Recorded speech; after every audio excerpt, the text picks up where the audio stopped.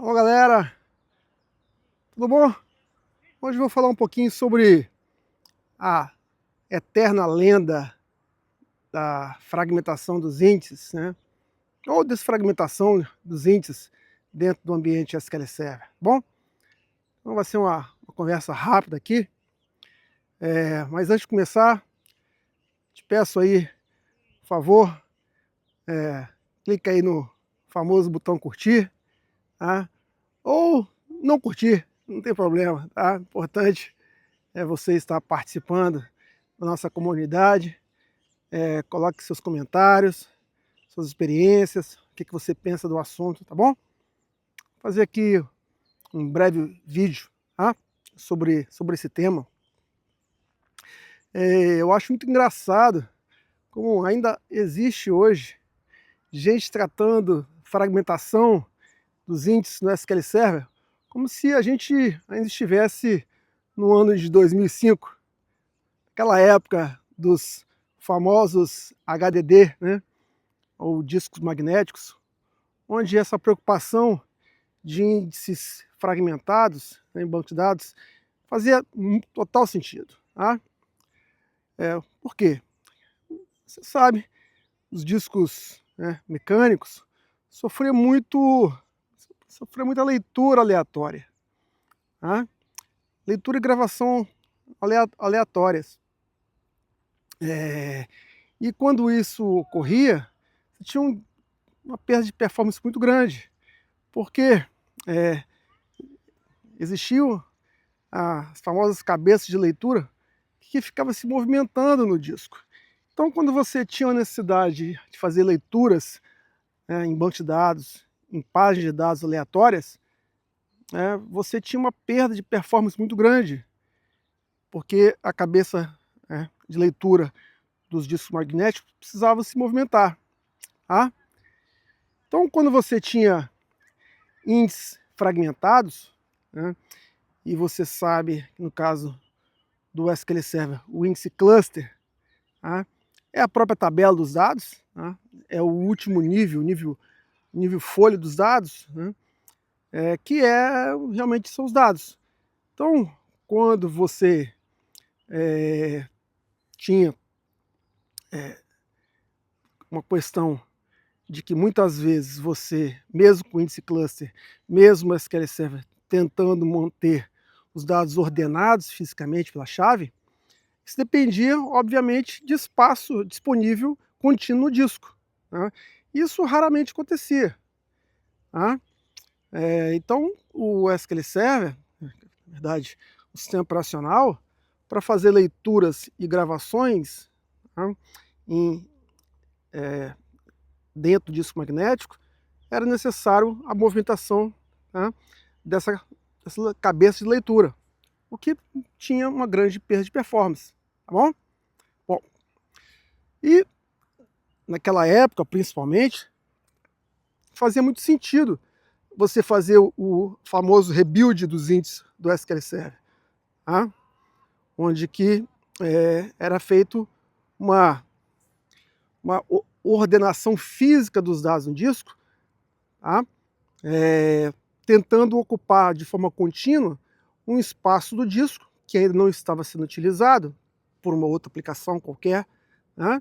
Porque muitas vezes você tinha ainda dentro do mesmo servidor informações não só do SQL Server. Então, fazia sentido você fazer um rebuild. Apesar de que todo rebuild, você sabe, tem questões de perda de performance, bloqueios, tá? Principalmente quando você trabalha com SQL Server Standard. Porque a Microsoft, através do SQL Server Enterprise, ela já há tempos disponibilizou uma option online, onde que você faz o rebuild dos índices sem que a tabela seja locada, seja bloqueada. Mas se você trabalha com SQL Server Standard, por exemplo, se você faz o rebuild dos índices, você causa um transtorno muito grande. E dependendo da tabela, o tamanho da tabela, você pode parar, tá, a produção, enquanto que aquele índice está sendo recriado. Tá? E quando ele faz o rebuild de um índice, e você manda fazer um rebuild de um índice, né, o índice cluster, o SQL Server vai fazer um rebuild, vai também recriar, tá, todos os índices não cluster daquela tabela. Então, em termos de performance, muitas vezes,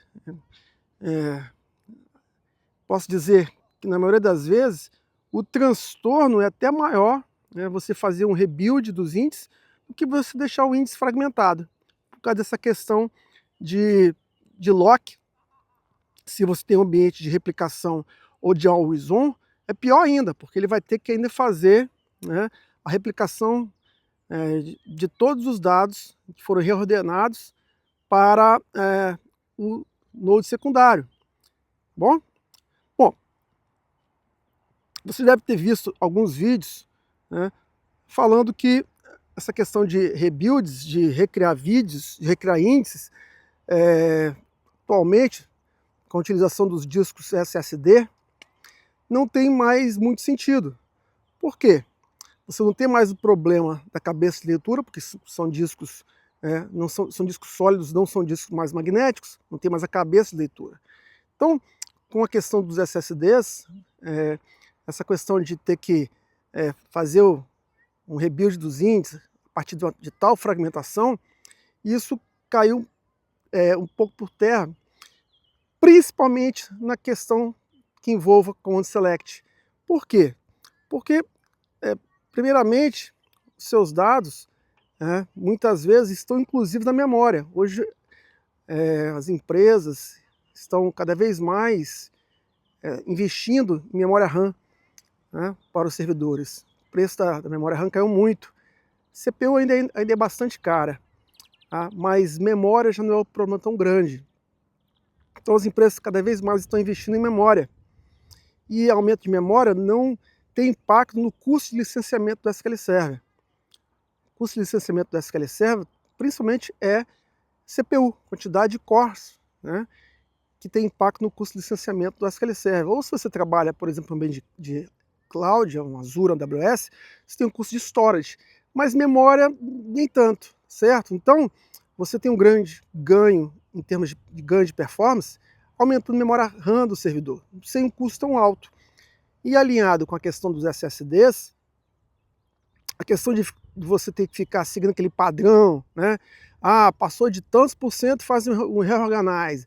Passou de tantos por cento de fragmentação, faz um rebuild. Isso um pouco caiu por terra. Inclusive tem um artigo muito interessante do Brent Ozar sobre isso. Porém, entretanto, para operações de update e delete, quando você tem índices muito fragmentados, você ainda tem problema de impacto, você ainda tem problema de performance das suas queries, certo? O Brent Ozar está certo, principalmente na questão do select, né? Porque realmente você, atualmente, com os discos SSD, com essa questão de operações que envolvam muita operação seek, né? E não table scan, né?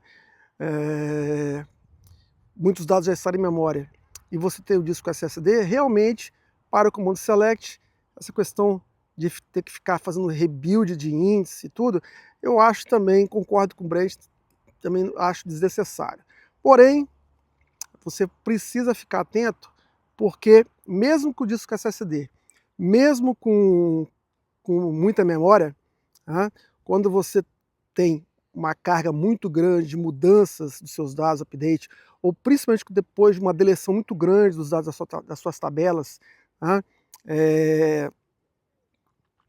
e a posterior você ter muitas operações de update e delete nessa tabela, que está muito fragmentado, para esses comandos você pode ter problemas de performance. Aí, nesse caso, eu sugiro você realmente fazer dentro de um planejamento, fazer um reorganize ou mesmo um rebuild index, certo?